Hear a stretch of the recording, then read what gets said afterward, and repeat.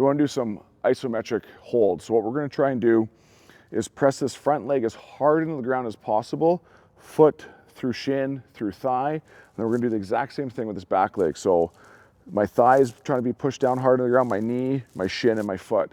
I want to try and keep chest in line with that shin. If I can't, it's okay to put our hands here. So for today, I'm going to have my hands here. So I'm pushing as hard as I can with that front leg, and as hard as I can with that back leg. I'm going to push for 5 seconds. 4, 3, 2, 1, and then relax. Relax for about 2 or 3, and then push in hard again. 4, 3, 2, 1. Good.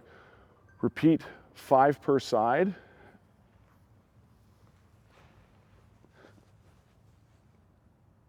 And then we're going to get to the other side here. So we're going to push in.